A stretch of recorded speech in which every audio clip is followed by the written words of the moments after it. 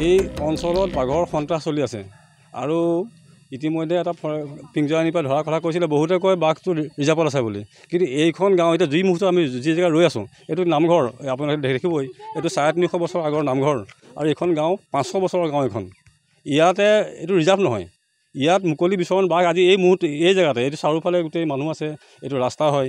ইয়াতে এই 5 বজাত বাঘটোৱে এটা ষাঁড় গৰু খেদি লৈ গৈছিল। আপুনি চিন্তা কৰক। আৰু ফৰেষ্টে যিটো বাঘ ধৰিবলৈ পিঞ্জৰা পাতি 2 দিন পাতিলে, শেষত গৈ পেলাই বাঘটো ধৰা পৰে বুলি পিঞ্জৰাটো উঠাই লৈ গৈছে বুলি পেলাই আমাৰ অনুমান হৈছে আৰু আমি গম পাইছোঁ।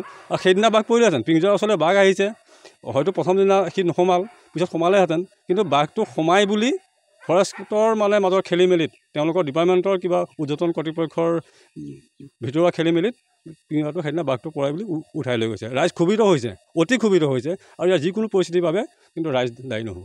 আমাৰ কামাখ্যা গাঁও, ইয়াত বাঘৰ সন্ত্ৰাস হৈছে।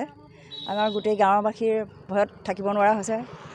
আবেলিটো ওলাই, দিনে দুপৰে ওলাই থাকে। আজি পুৱতি নিশাই ওলালে, 4:30 বজাতে ৰাস্তাত ঘূৰি ফুৰিছে। বাটত এটা শুই থকা ষাঁড় গৰু খেদি নিলে। 2-3জনকৈ প্ৰত্যক্ষদৰ্শীয়ে দেখিলে, দেখি ভয়ত দৌৰি চিঞৰিছে, আমাক মাতিলে, মোৰ মিষ্টাৰকে চিঞৰিছে।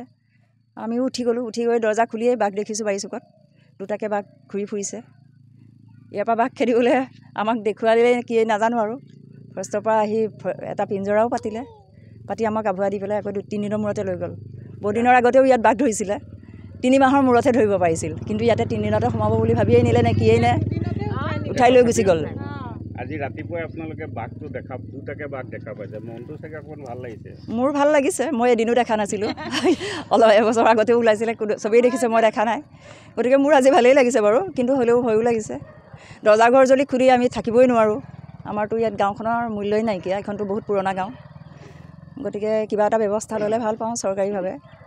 ফৰেষ্টেও আমাক এনেকৈ এলাগী কৰিব নালাগে আমাক গাঁওখন।